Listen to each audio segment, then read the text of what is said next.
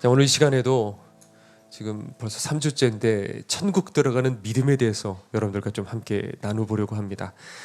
제가 여기 길튼교회 오기 전에 그 전에 있었던 교회에서 이렇게 동네에 이렇게 한 번씩 전도를 나갑니다. 그러면 그 앞에 이렇게 아파트가 이렇게 잔뜩 있고 거기 이제 전도를 나갔더니 놀이터에 애들이 이렇게 있더라고요. 그래서 그 아이들에게 복음을 이렇게 전했는데 이제 애들이 마음이 열리더라고요. 그래서 어디냐고 하고 막 이렇게 대화를 오고 가고 하다가 그 중에 한 애가 저한테 질문을 하는 거예요. 아저씨니까 아저씨죠.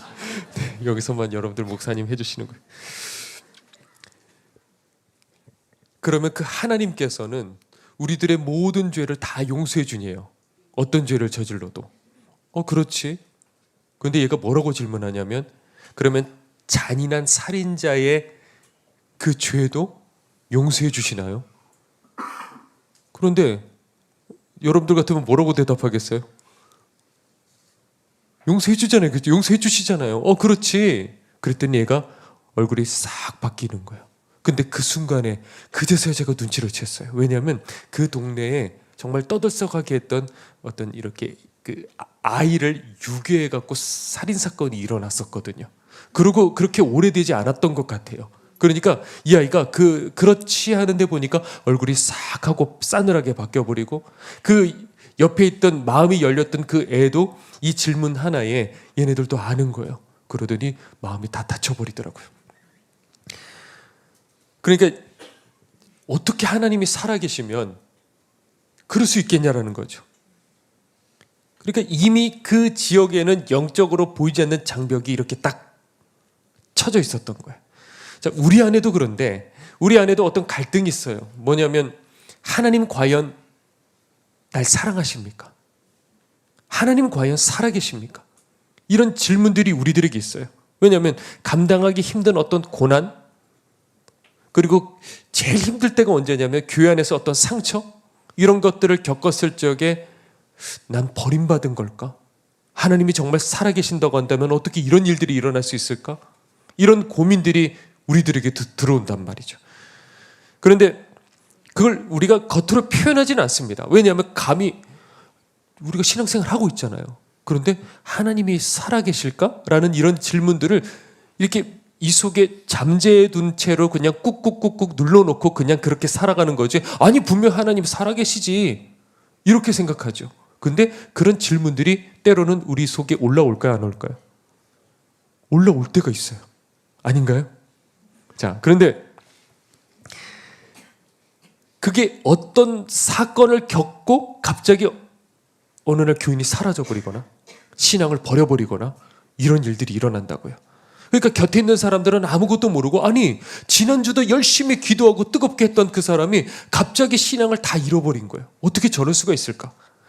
그런데 지진도 그렇고요, 화산도 그렇고요, 어떤 이런 기상 이변은요, 어느 날 갑자기 그 일들이 일어나지 않고 미리 뭐가 있죠? 전조 증상이 있다는 거죠. 마찬가지예요. 한 사람이 신앙을 잃어버리는 것, 아니 지난주까지 뜨거웠는데 그게 아니고 이미 전조 증상이 있다는 거죠. 그 전조 증상이 뭐냐면 바로 의심이라는 겁니다. 하나님 날 정말 사랑하시는 거 맞을까? 내가 버림받은 건 아닐까?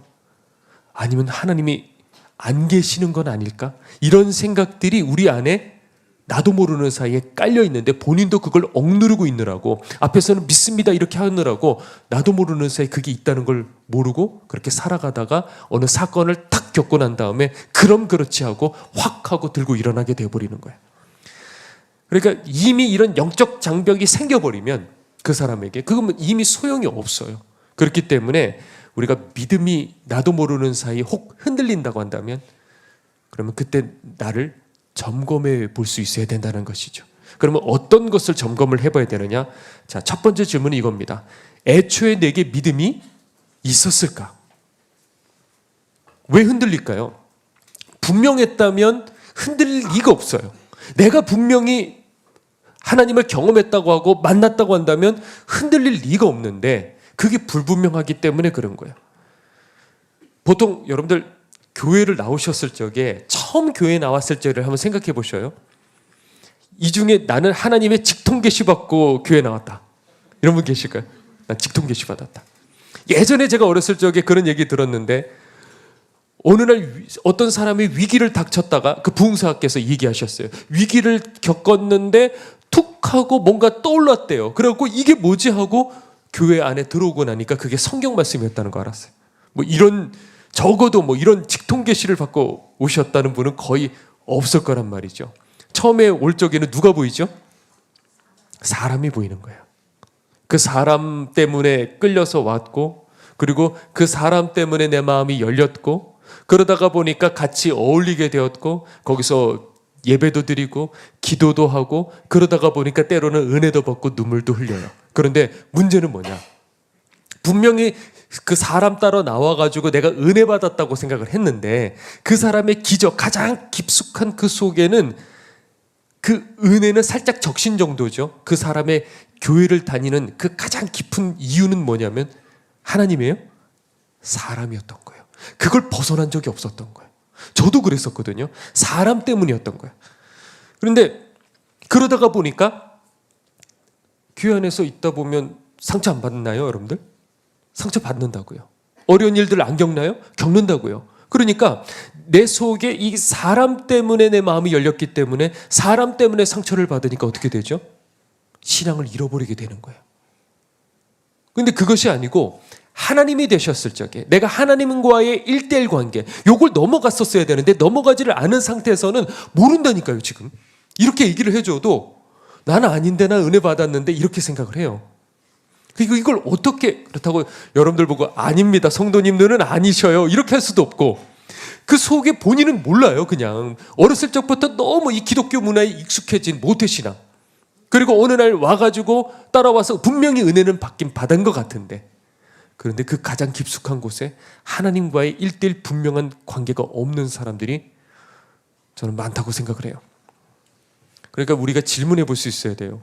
내가 교회에 다니는 이유는 무엇일까? 내가 순종하는 이유는 무엇일까? 정말 하나님 때문일까?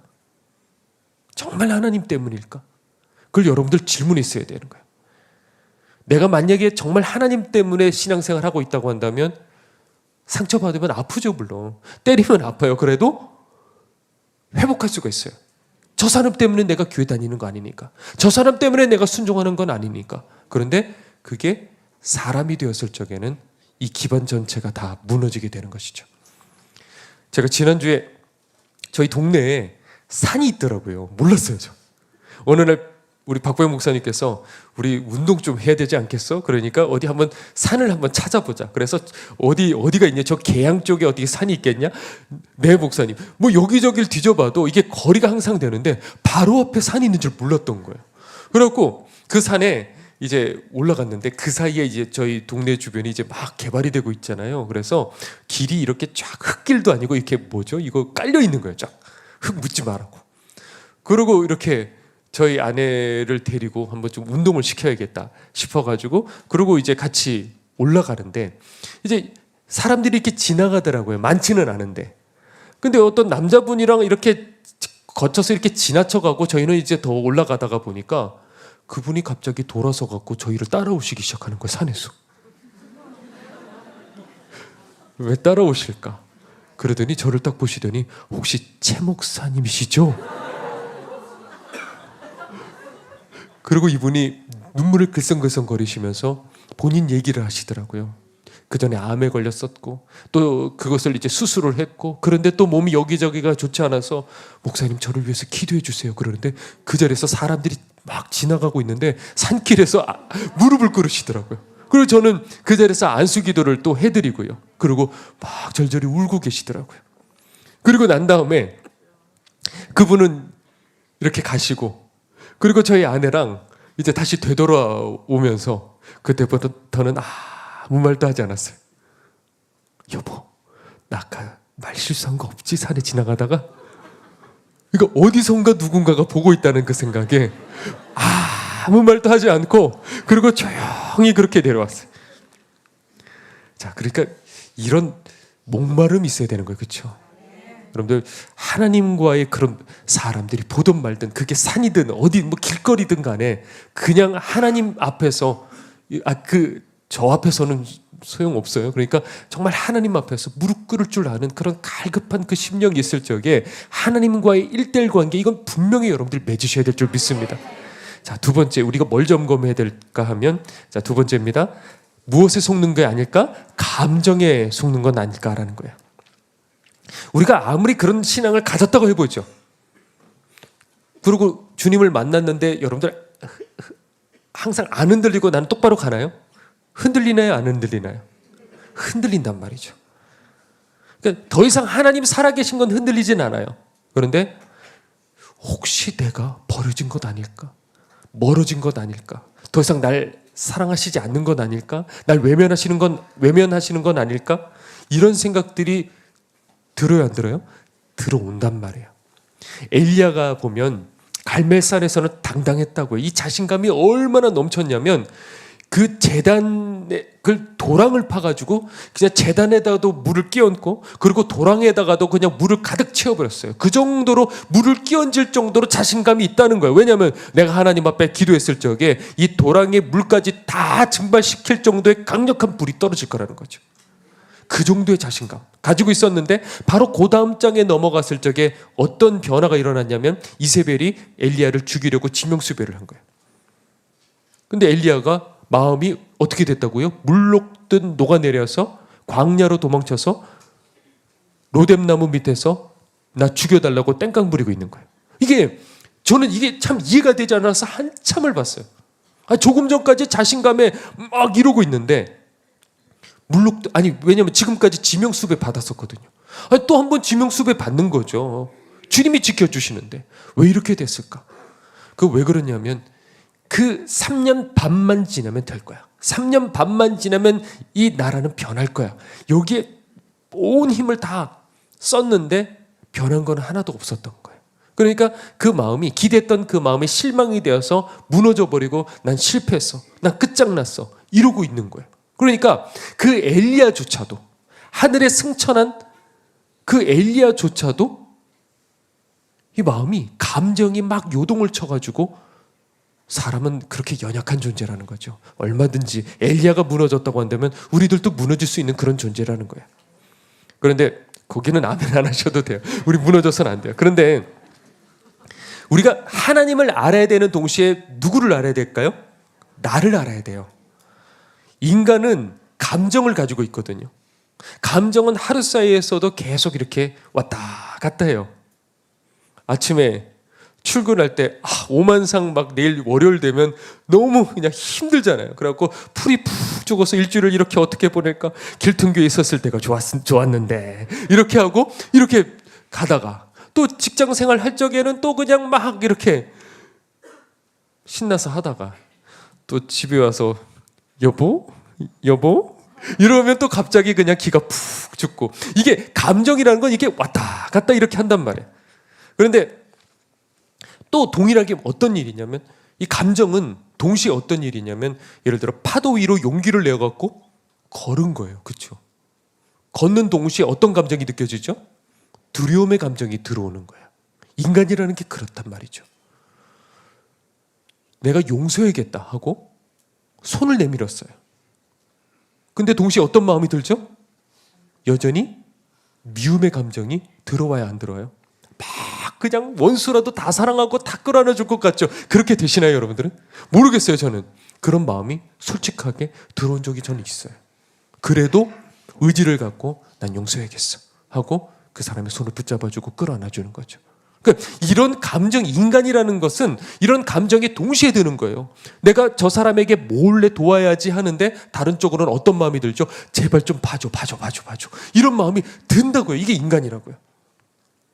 그런데 그런 감정이 흔들릴 적에 감정이 흔들린다고 여기서 속아서는 안 되는 게 믿음도 같이 따라 흔들리는 거예요, 사람들이. 아니잖아요. 감정이 흔들린다고 믿음이 따라 흔들릴 이유가 있어요, 없어요? 없잖아요, 그렇죠? 근데 우리는 같이 그것이 흔들려 버린다고요. 만약에 발 달린 뱀이 없다고 100명의 사람이 제게 와가지고 우긴다고 해보죠. 발 달린 뱀이 있을까 없을까? 있을까요 없을까요? 자, 있죠. 발 달린 뱀이 있어요. 희귀종인데 있긴 있습니다. 그러니까 없다고 100명의 사람들이 말을 하더라도 발 달린 뱀은 있어요 없어요? 있는 거예요. 안 믿겨주셔서 별로 있습니다 하는 사람이 없지만, 자, 마찬가지로 내 감정이 아무리 뒤흔들리고 그런다 그래도 하나님이 살아계실까? 십자가 부활은 역사적인 사실이라 그랬잖아요. 그렇죠? 그러니까 내 감정과 상관없이 여기에는 흔들려서는 안 된다는 거예요. 이 훈련을 할 수 있어야 되는 거예요.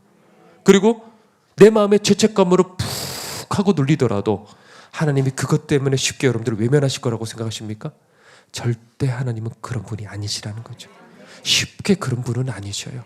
제가 얘기를 예전에 했겠지만, 제가 주님을 만나고 그리고 제가 중독돼 있었던 거는 게임, 맨날 오락실 가서 그냥 동전 놓고 막 저축했던 그게 저에게는 우상이었던 거예요. 그래서 그냥 집안에 게임기가 하나가 있었는데 그거를 그 자리에서 부셔버렸어요.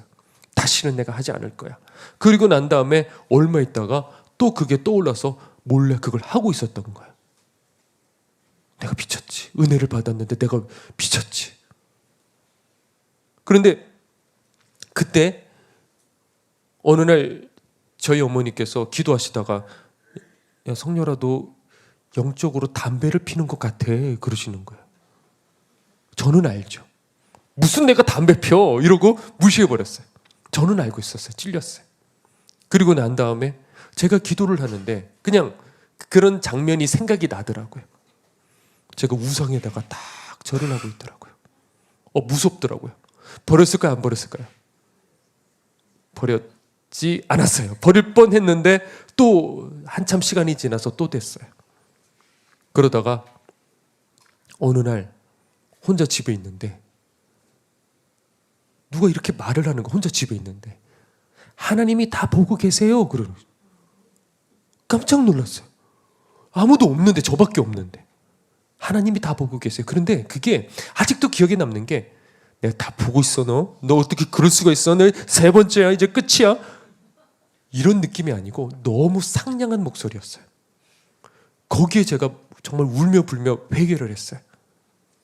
아, 그때 하나님에 대해서 알았는데, 그런다고 해서 하나님께서 쉽게 그냥 쳐버리고 꺾어버리고 버려버리고, 하나님은 그런 분이 아니시구나. 하나님은 사람 같지 않구나. 사람이라면 나 같은 거 던져버리셨을 텐데 하나님은 길이 참으시고 기다리고 계시는 분이시구나. 그걸 제가 알게 되었어요. 경험을 통해, 어리석으니까 경험을 통해 알게 되었어요.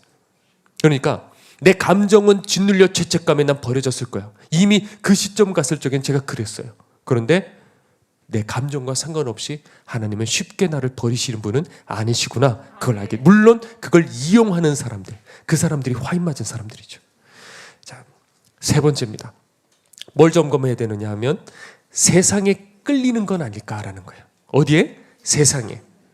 한 청년에게 제가 들었는데, 이 청년이 과거에 이제 도박 중독이었던 거예요. 그래서 이건 해도 안 되니까 이 청년이 너무 좌절을 해서, 나 같은 건 더 이상 살 이유가 없어, 죽어야 돼, 이렇게 생각을 하고 집안의 그 화장실에 들어가서 문을 잠궜고요, 이 대야를 대고 그리고 칼을 가지고 와서 손목을 깊이 해서 확 그어버린 거예요. 그랬더니 그 피가, 사람 속에서 피가 얼마나 많이 나오는지 이 대야에 금방 피가 다 차서 넘쳐 흐르기 시작했어요.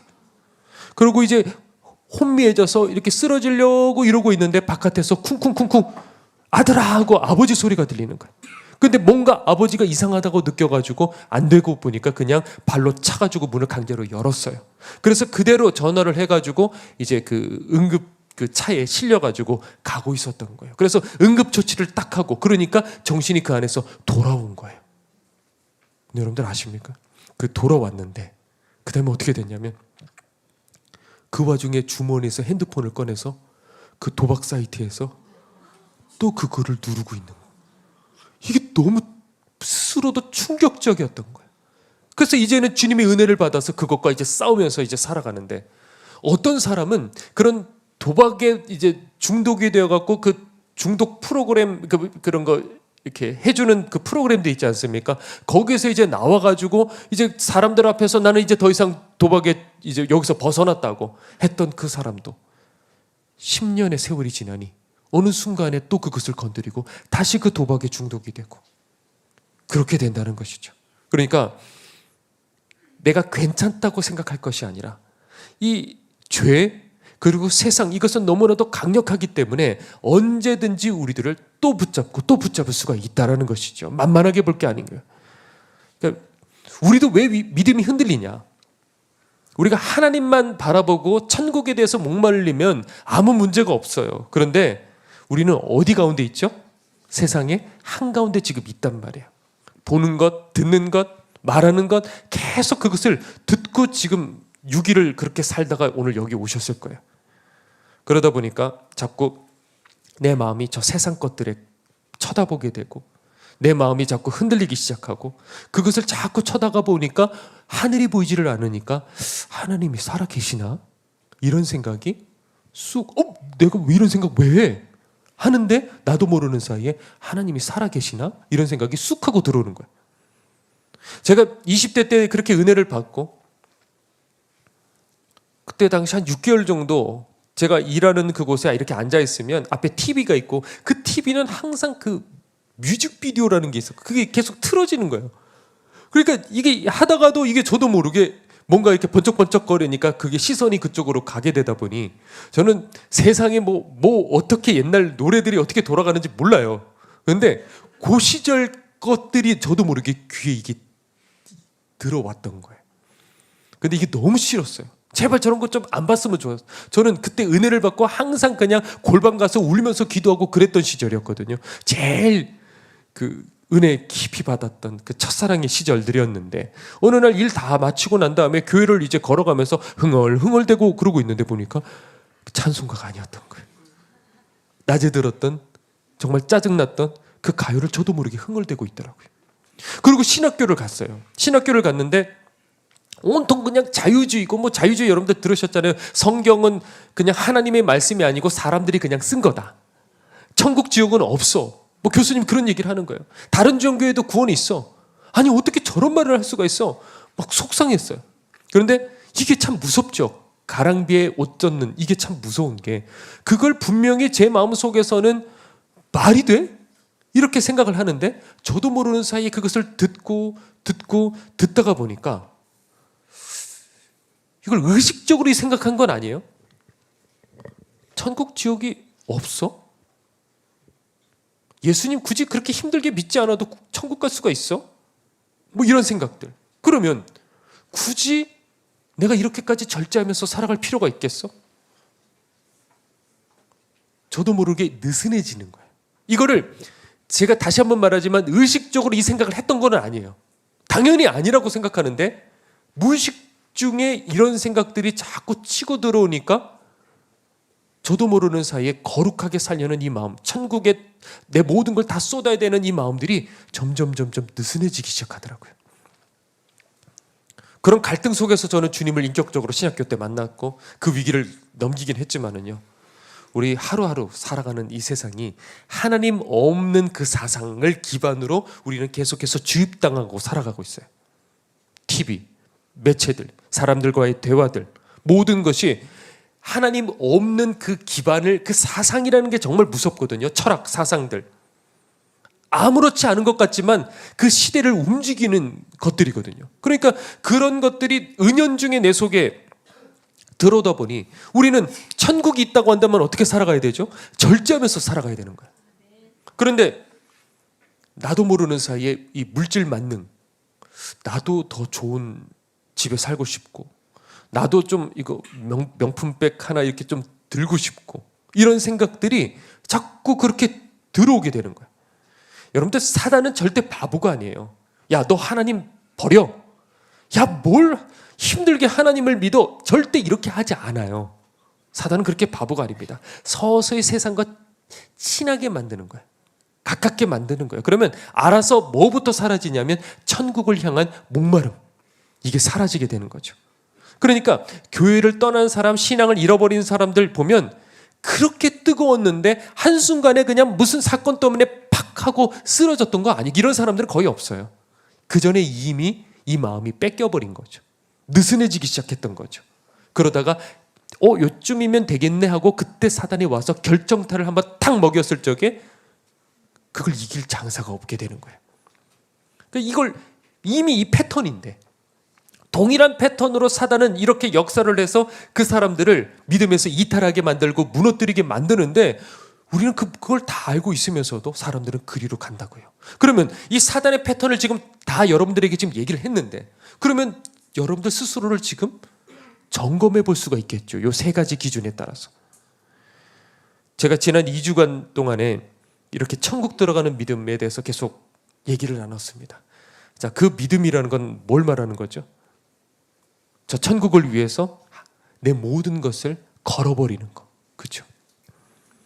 그래서 오늘 본문의 아브라함도 이렇게 돼 있어요. 그 믿음이 약해지지 않고 의심하지 않고 견고해져서 하나님께 영광을 돌렸다. 그랬을 적에 하나님께서 그것을 저의 의로 여기셨다.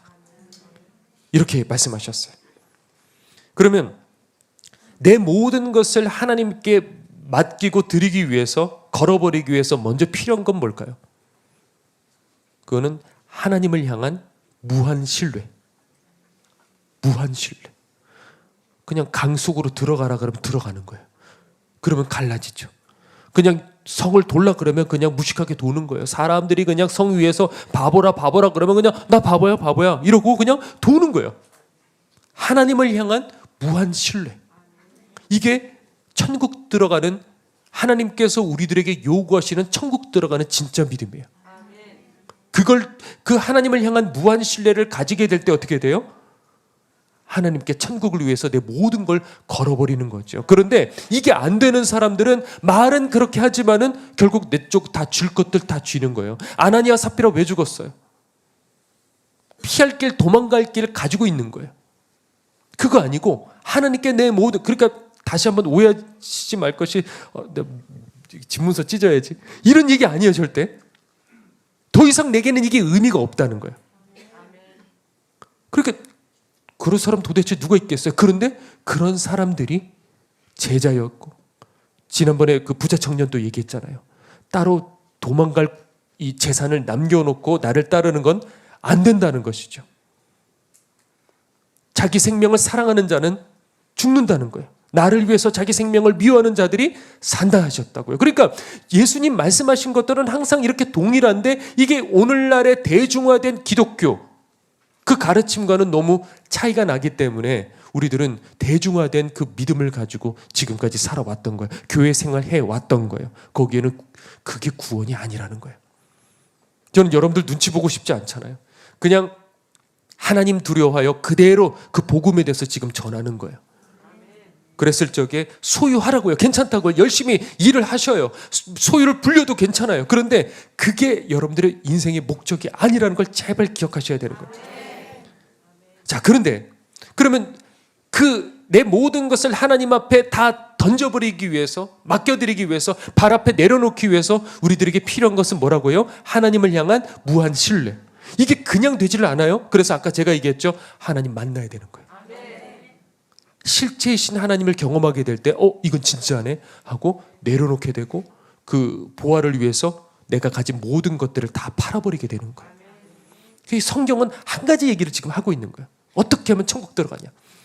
그런데 오늘 얘기하고자 하는 건 뭐냐면, 그렇게 하나님만 신뢰하는 그 사람들, 여러분들 정말 하나님만 신뢰하십니까? 자, 그 신뢰하는 그 우리의 믿음을 하나님께서는 우리의 그 믿음을 깨뜨려 버리신다는 걸 아십니까? 다시 한번 얘기하죠.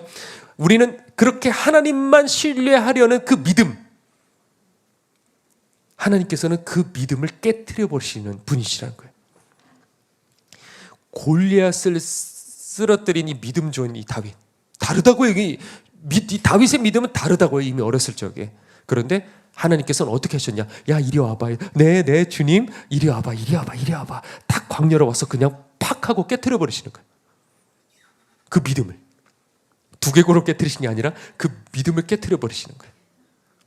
우리가 그 고난과 상처를 받을 적에, 그때 사단은 여러분들의 머리를 계속 맴돌면서 오만 가지 생각들을 다 집어넣는 거예요. 야, 너 버려졌어.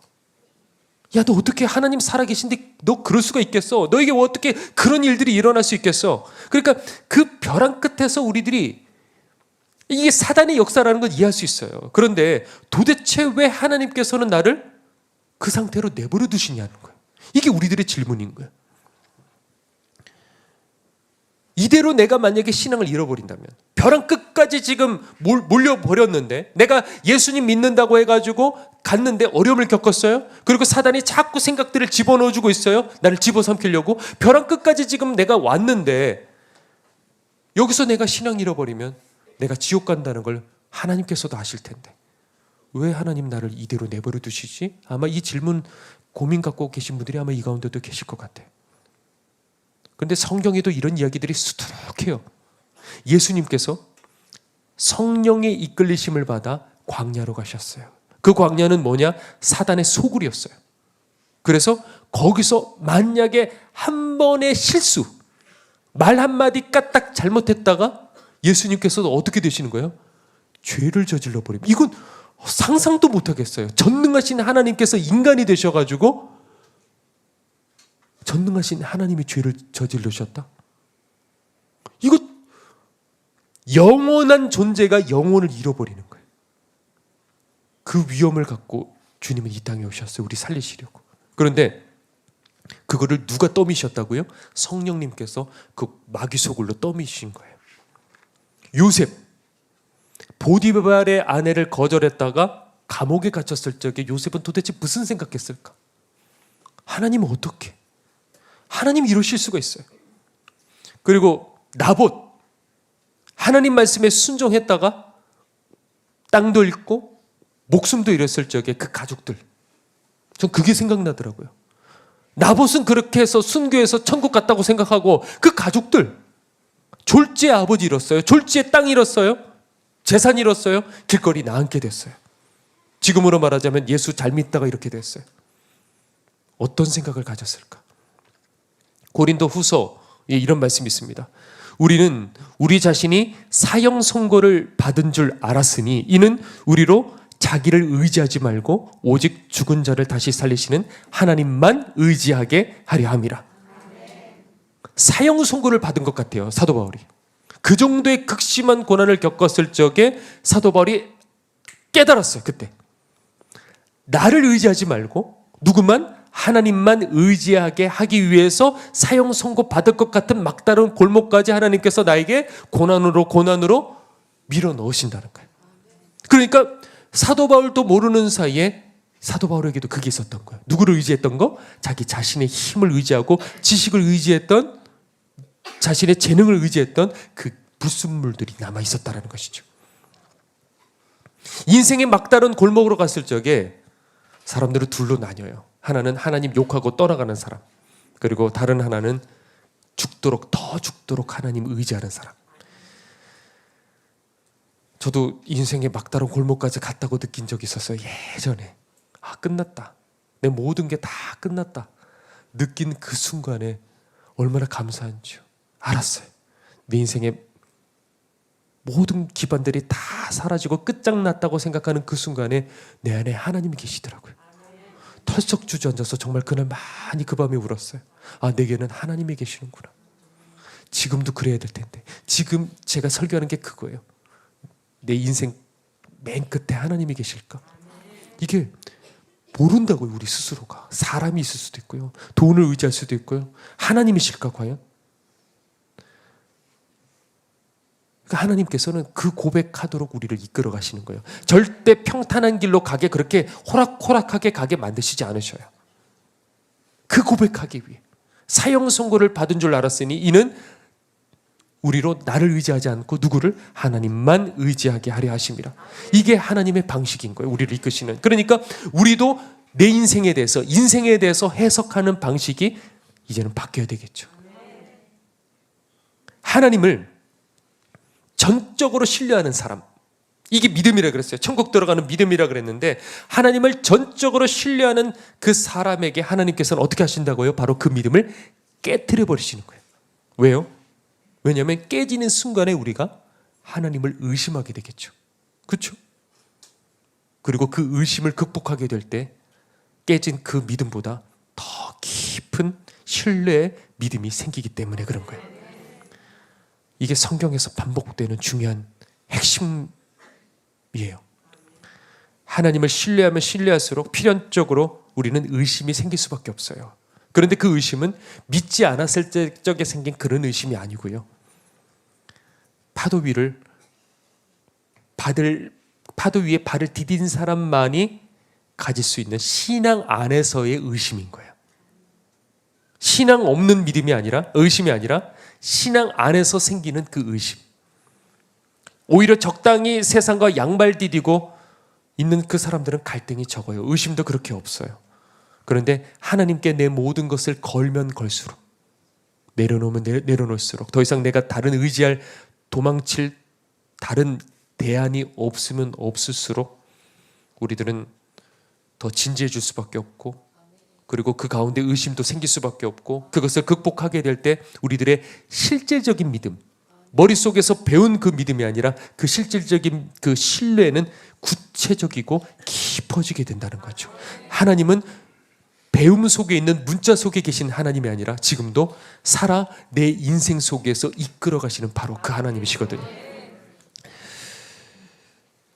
여러분들, 이게 성경에서 말하는 구원받는 믿음이에요. 그렇지 않다면 믿음에 흔들려서 얼마든지 떠나갈 수 있는 그 위험한 길로 하나님이 내모시는 것을 어떤 방식으로도 설명할 수가 없는 거예요. 그런데 왜 사람들은 한마디 고백으로 구원받는다고 왜 그렇게 가르치는 거죠? 그러니까 제발 여러분들 그런 말들에 속아 넘어가지 마십시오.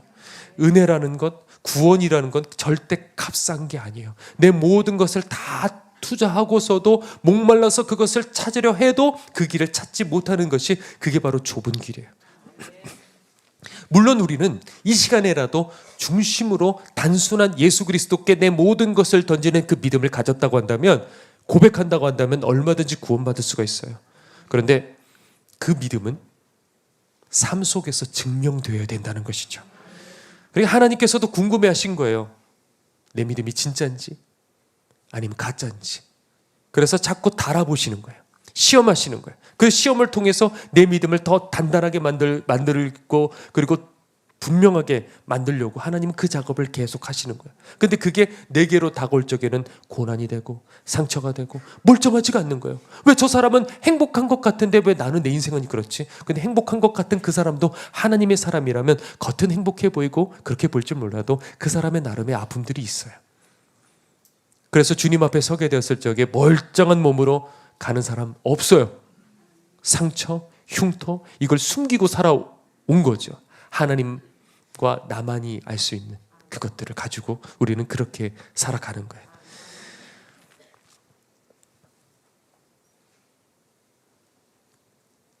제가 이 이야기를 하고 이제 말씀을 마치려고 해요. 자, 여러분들은 그렇다고 한다면 질문해보고 싶은 건, 여러분들은 하나님을 절대적으로 신뢰하십니까? 그리고 여러분들 인생의 전부를 주님 앞에 이 시간 맡기기로 결단하실 수 있겠습니까? 자, 근데 우리가 아는데 이렇게 아멘하고 우리가 결단하잖아요, 제자들처럼. 그래도 연약한 갈대 같다라는 것을 우리 스스로가 잘 알고 있어요. 계속해서 흔들릴 수밖에 없는 존재.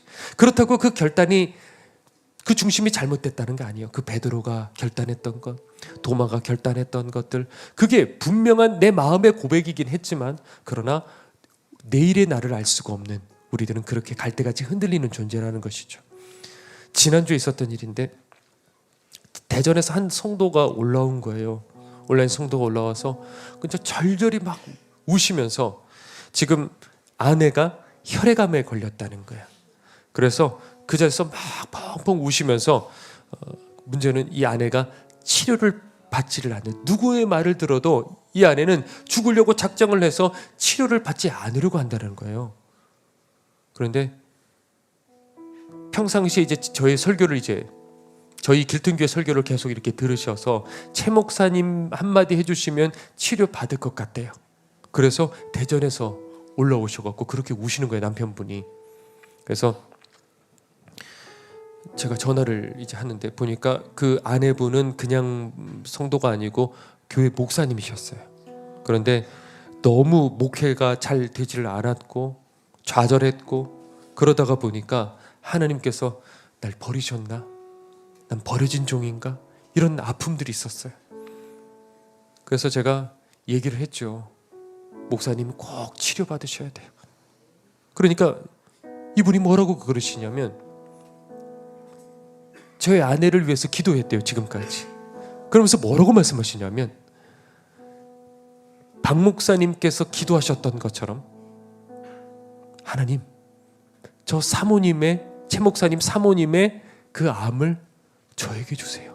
저에게 주세요. 제발 저에게 주세요. 그렇게 제가 기도하다가 제가 혹시 이 암을 얻은 건 아닐까요? 물론 이분도 그렇게 믿지는 않아요, 당연히. 그런데 몸이 너무 아프다가 보니까 오만 가지 생각들이 그냥 그런 생각까지 그렇게 들었던 거예요. 그렇게 얘기를 하시더라고요.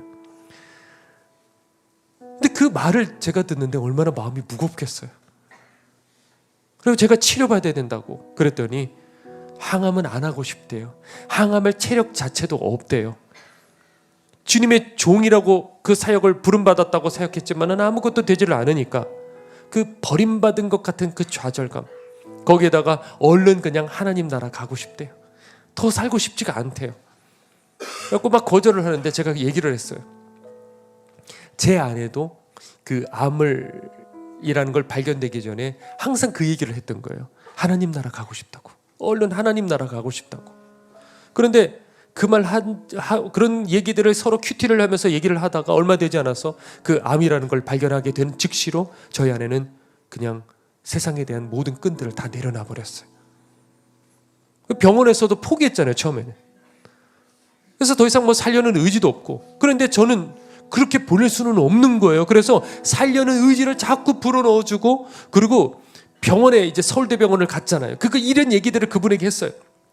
서울대병원을 갔는데 병실이 없으니까 그 한 끗 차로 거길 안 가고 분당으로 또 갔어요. 분당 서울대병원으로.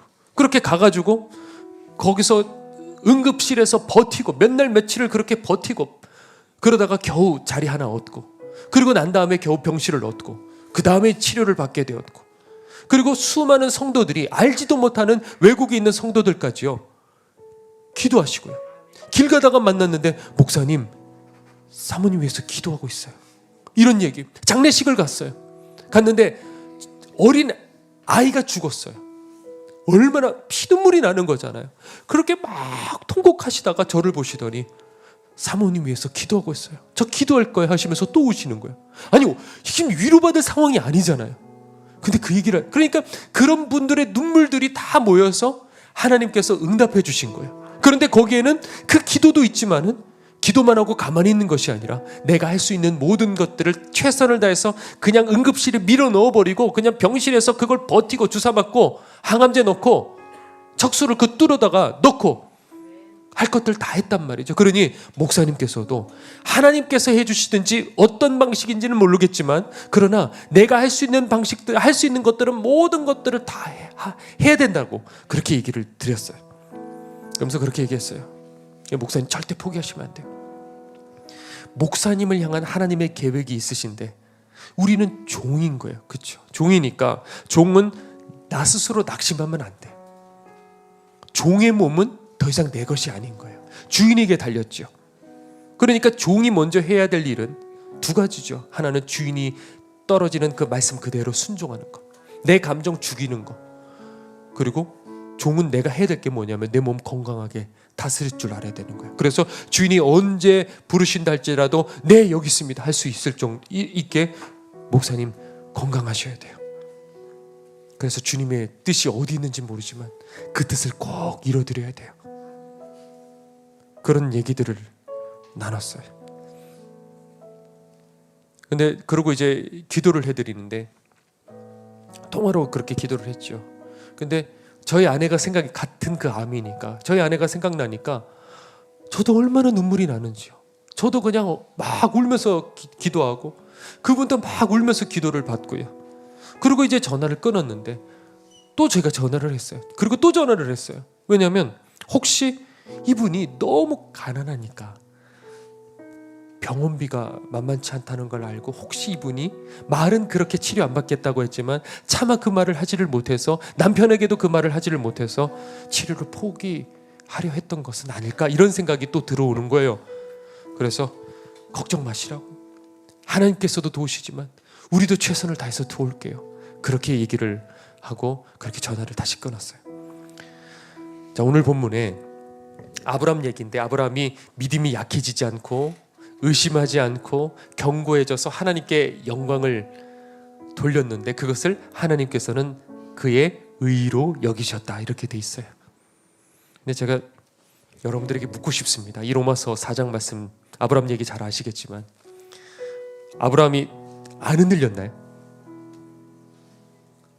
아브라함이 의심 안 했나요? 의심했어요. 창세기 가보면요, 흔들렸어요. 13년간 하나님 말씀 믿지 않아서 하나님의 임재가 끊어져 버렸어요. 13년 후에 왔을 적에 아브라함은 완악해져 버렸어요. 흔들렸다고요. 그런데 하나님 말씀에는 뭐라고 돼 있어요? 너 안 흔들렸어. 하나님, 저 흔들렸는데요, 마구마구 흔들렸는데요, 저 다 무너졌었는데요. 아니야, 너 안 흔들렸어. 하나님은 그런 분이셔요. 난 자격도 없는데 하나님은 저보고 아들이라 그러시는 거야. 너는 내 아들이다. 흔들려도 괜찮아.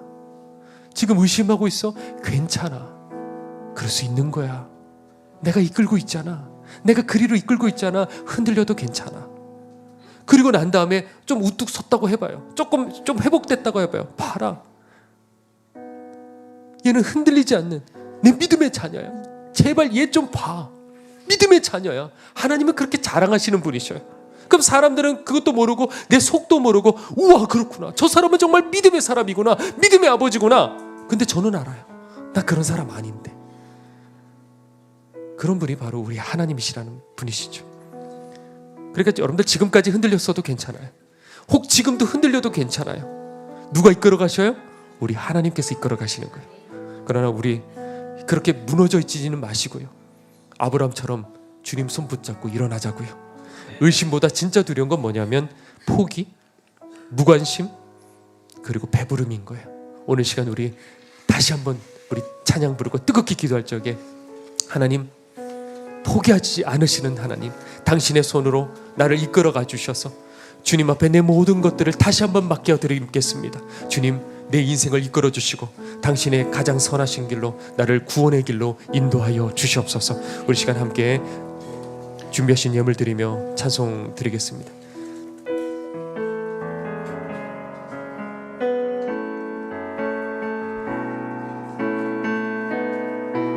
내 주 같은 분 없네. 내 주 같은 분 없네.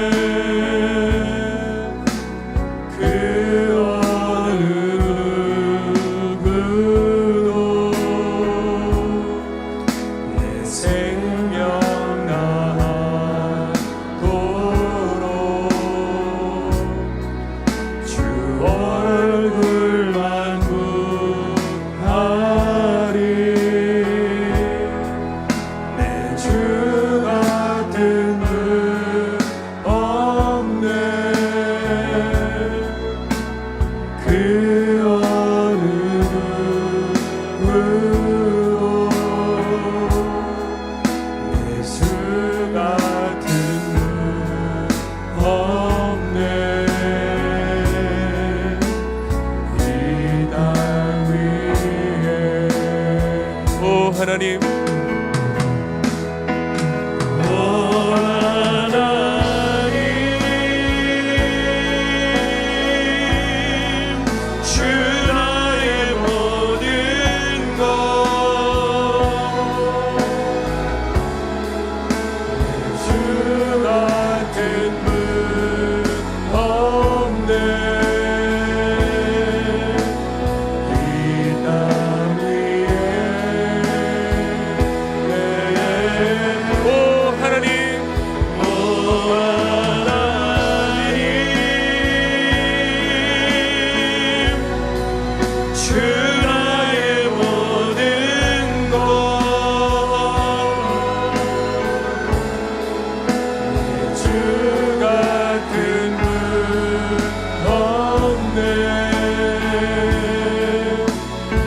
다시 한번 고백하겠습니다.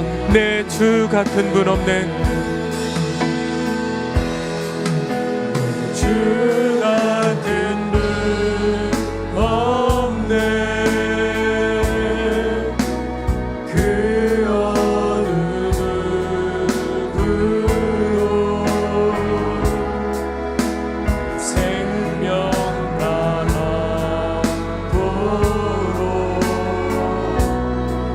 주 얼굴만 구하리. 주 같은 분 없네. 그 어느 누구도 주 같은 분 없네. 이 땅 위에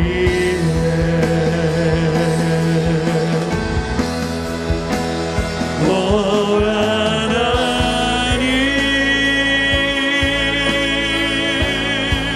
주 나의 모든 것, 주 같은 분 없네. 이 땅 위에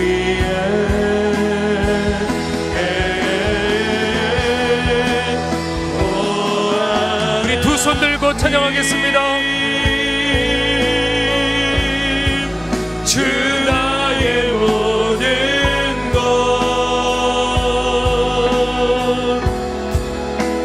주 같은 분 없네.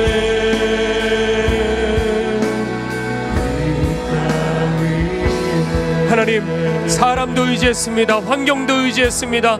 하나님, 돈도 의지했습니다. 세월 살고 보니 그 모든 것 다 아무것도 아니었습니다. 바람에 날아가 버리는 낙엽과도 같았습니다. 오늘 시간 내 인생 끝에 오직 주님밖에 없음을 깨닫고 오직 주님 앞에 고백합니다. 내게는 오직 주님밖에 없습니다. 오늘 시간 우리들 영혼으로 고백할 때 진정한 예배가 될 수 있도록, 하나님 흠양하실 수 있는 진정한 고백이 될 수 있도록 우리 시간에 주의 문에 치고 함께 통성으로 기도하도록 하겠습니다.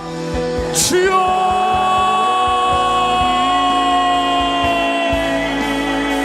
하나님,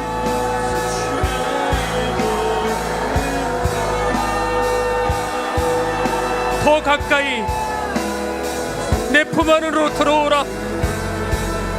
더 가까이 내가 너를 사랑하듯이 내 품 안으로 더 가까이 다가오라. 주여, 오늘 이 시간 주님 앞으로 나아갑니다. 주님의 숨소리가 들리게 하소서.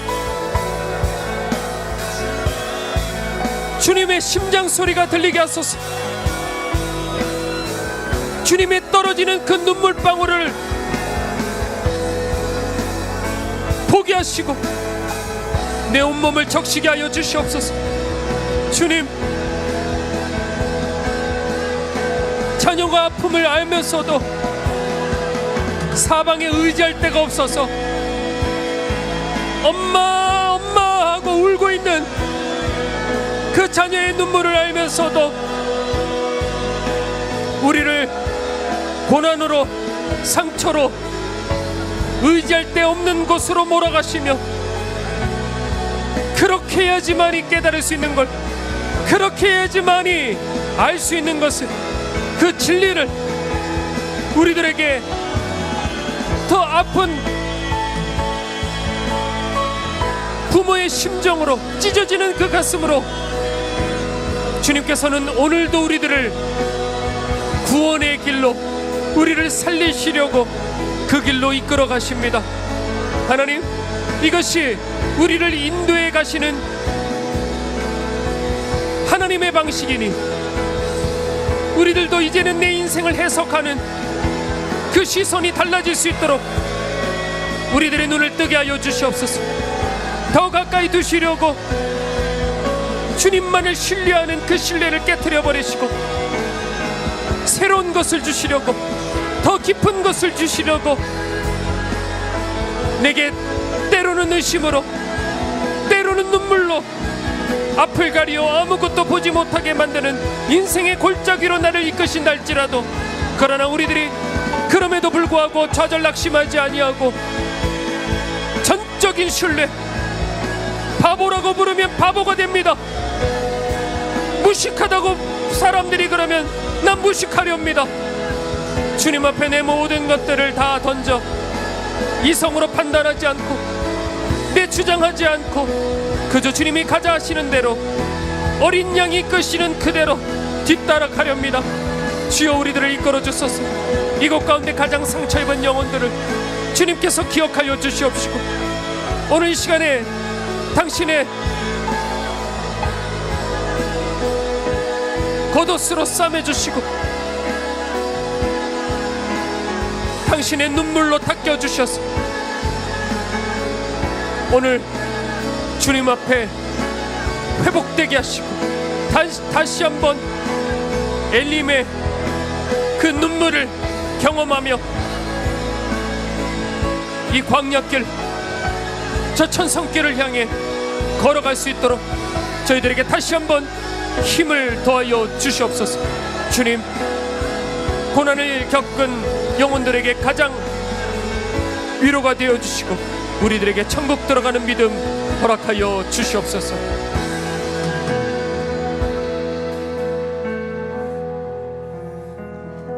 모든 것들이 무너지고 부서지고 깨지고 갈 데가 없어서 그 자리에서 털썩 주저앉아 하는 우리들의 한 가지 고백, 제게는 주님밖에 없습니다. 얼마든지 무너져 하나님을 욕하고 버릴 수 있음에도 불구하고 다시 한번 힘을 내어 제게는 주님밖에 없습니다. 그 고백 하나를 얻게 하기 위해, 그 믿음을 주시기 위해 그 아픈 심정을 가지고 눈물로서 우리들을 지금도 이끌어 가시는 우리 하나님, 주님을 향해 순진한 마음으로, 주님을 사랑하는 마음으로 따라가는 주의 사람들에게 아프게 하시고 의심케 하시고 무너지게 하시는 아버지의 그 마음이 어떠하신지요. 그럼에도 불구하고 이 길만이 사는 길이기에 나와 같이 십자가를 지고 이 좁은 길을 함께 걷자 하시는 우리 하나님의 뜻을 깨닫고 이제는 그 하나님의 마음을 헤아리고 이 길을 함께 울면서 따라가는 하나님, 바로 하나님의 사람들이 되게 하여 주시옵소서. 주님의 품에 더 가까이 다가가게 하소서.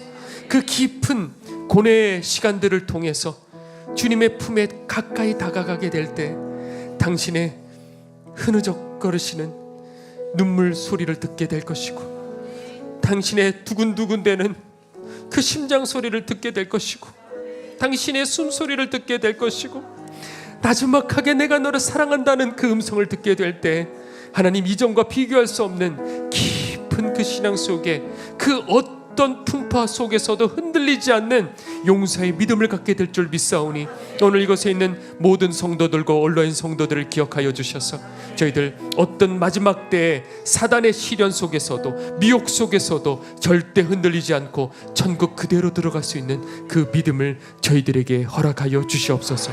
오늘 이 시간 주님 앞에 우리들의 예물을 올려드립니다. 우리들의 마음을 드립니다. 주여, 중심을 드리는 이 예물 속에 주님 꼭 받아주셔서 당신의 뜻에 귀하게 쓰임받을 수 있도록 지금도 돌 힘이 없어 무너져가는 영혼들을 위하여 당신의 든든한 힘과 능력이 될 수 있도록 저희들의 예물을 사용하여 주시옵소서. 이 마지막 때 길튼 교회 세우셨사오니 주여, 장소가 중요한 것이 아니라 우리들의 흐르는 그 눈물과 주님을 향한 목마름이 중요할 줄로 믿사오니 절대 주님의 성신이 우리를 떠나지 말게 하여 주시옵시고 주님 손붙잡는 그날까지 아버지 불로 우리들을 뜨겁게 하여 주시옵소서. 주님, 오늘 이 시간 병든 지체들과 아버지 낙심한 지체들이 있습니다. 오늘 이 시간 나사렛 예수 그리스도의 이름으로 명하노니 주여, 깨끗게 될지어다, 회복될지어다, 일어설지어다. 지금은 우리를 위하여 십자가 달려 돌아가신 예수 그리스도의 은혜와 하나님의 크신 사랑과 성령님의 단식하심이 오늘 이 시간 의심을 이겨 다시 한번 주님의 옷자락을 붙들길 원하는 주의 모든 백성들 머리 위에 지금부터 영원토록 함께 하옵시기를 간절히 축원하옵나이다. 아멘.